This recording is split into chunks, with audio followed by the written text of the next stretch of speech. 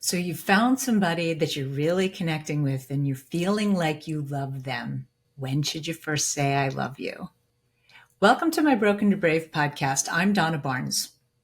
It's really exciting when you think you've found somebody that you're falling in love with, but it can be really scary to say, I love you for the first time, especially if your partner hasn't said that they love you yet. How are you supposed to know? And what do you do if you say it and they don't reciprocate, or that changes the whole dynamic of the relationship? And unfortunately, sometimes it does, which is kind of why I wanted to talk about it. I was watching it just like that, right? The new reboot of Sex in the City. And that's what made me think of this, right? Because the one character said it and she didn't mean to, and she said it in the throes of intimacy. And then it really destroyed the whole relationship. And that's what really gave me the idea to talk about it. Because, yeah, I think in the throes of intimacy is when you really can feel like, I'm in love with this person. I love this person. But that is just infatuation. If the only time you have the desire to say, I love you is when you're making love, that's just infatuation. That's lust. That's, it's great, right? But it's not really love. Love is when you, first of all, on a parameter of time, you should spend a minimum of 2 to 3 months together before you really start saying, I love you. Sometimes if you just have a great sexual chemistry with somebody, you can feel like you're falling in love with them. But if outside of sex, you really don't have that much in common, or you really don't do that much together, your chemistry is just so much that you're so chemically attracted to each other, it's mostly just having sex. That's exactly just a lustful sex relationship. It's not love. Don't confuse sex with love. I mean, look, they call it making love when it's somebody that you're in love with. Otherwise, it's just sex. And there's sexual intimacy, there's physical intimacy, and there's emotional intimacy, and they're all different. In a truly loving relationship, saying I love you can really deepen emotional intimacy if you're both on the same page with that. And physical intimacy is really just things like cuddling or holding hands and being close to each other. There are a lot of sexless couples that still cuddle and hold hands and sit close to each other, but aren't having sexual intimacy. I mean, a truly healthy, loving relationship has all three.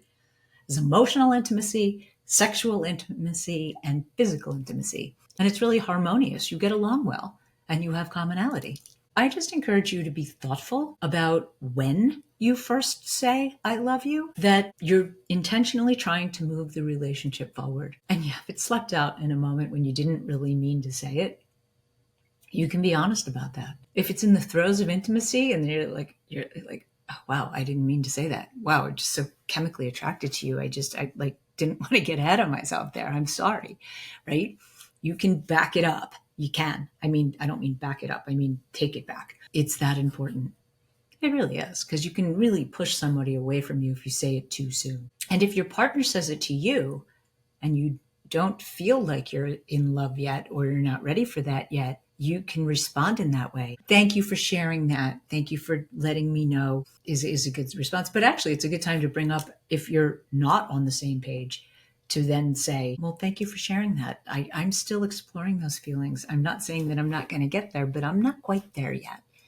I think is a good way to handle that. Because true love, I think, does really take months to grow. True love is about really genuinely caring about your partner's feelings and wants and needs, and getting to know their whole lifestyle and their friends and family, and the things that are most important to them. Especially too, if you're dating somebody who has younger kids, you should not meet those kids until you've been in this relationship for at least 6 months. Because as I've talked about before, most relationships only last 3 to 6 months. So why bring young kids into a relationship before you know that it's going to last? Because I'll tell you, years ago, I'd met a guy in New York that I'd liked, but I just was getting to know him. I'd had like 2 dates with him. And then he was telling me all about his 7-year-old daughter that had a birthday party and, whatever. He invited me to his house in the Hamptons. And then we're out driving around. And we pull up to this house and there's a bunch of kids running around on the front lawn, and he jumps out of the car and this little girl runs up to him and goes, Daddy, and throws her arms around him. And he was like, hey, this is Donna. And I was really angry because, she was lovely and I was happy to meet her. She was very sweet. However, it's the one and only time I ever met her because I wasn't that crazy about him. I was trying him on. because I don't know, kids like me for whatever reason, right? So if now the kid really likes me, but now I'm never going to see you again, that's unfair to the kid. So without getting completely off topic, you can't really love somebody until you've been completely immersed into their world and you've spent time with the people that are most important to them to get a deeper understanding of them. So when do you first say I love you? I think it's when you've really spent a good amount of time together. Because if you say I love you within the first month and you've really just met and you're just getting to know each other, that's not love, that's infatuation. And what you'd really say is, I'm really infatuated with you, right? Because that's what it is. It's not love yet. And that's why people get hurt. People come to me for coaching all the time because they connected with somebody, they thought it was amazing, they were swearing their love for each other, and 3 months later, and that person's long gone, and they're devastated and they're heartbroken. And if you don't say I love you too fast, you can prevent hurting somebody. Going back to bad dates that I've been on, I've had a lot of people way too soon tell me I love you.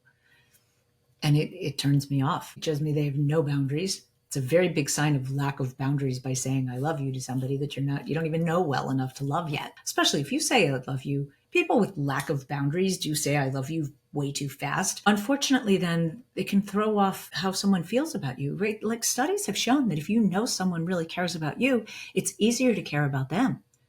So if you're now pouring it on strong and love bombing somebody and saying, I love you and I'll be here for you forever and I promise you this and I promise you that. And now 2 months later, you're going, yeah, maybe not, which is more the norm, right?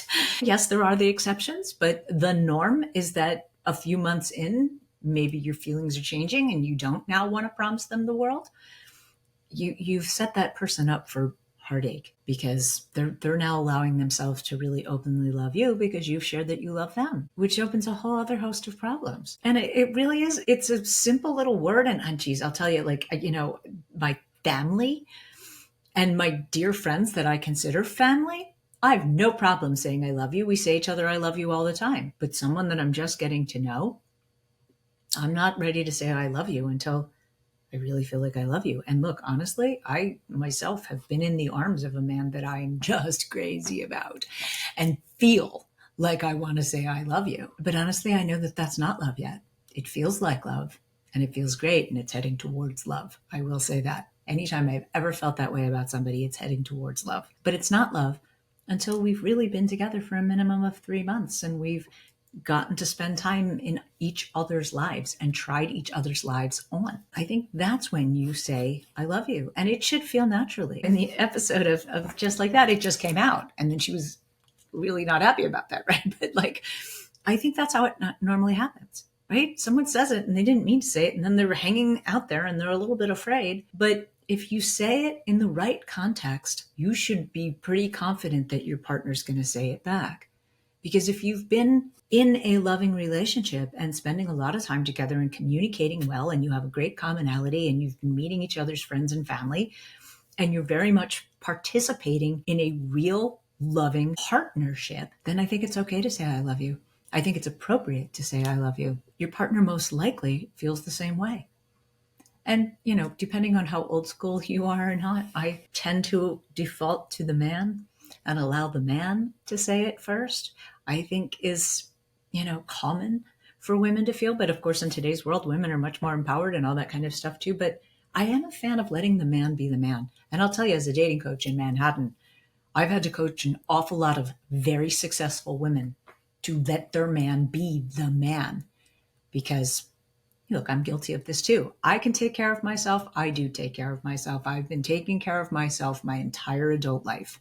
But I do like my man to be able to take care of me. And I do want to default to him to take care of me, to make him feel like the man, which I think is really important, right? You can emasculate your man by not allowing him to be the man.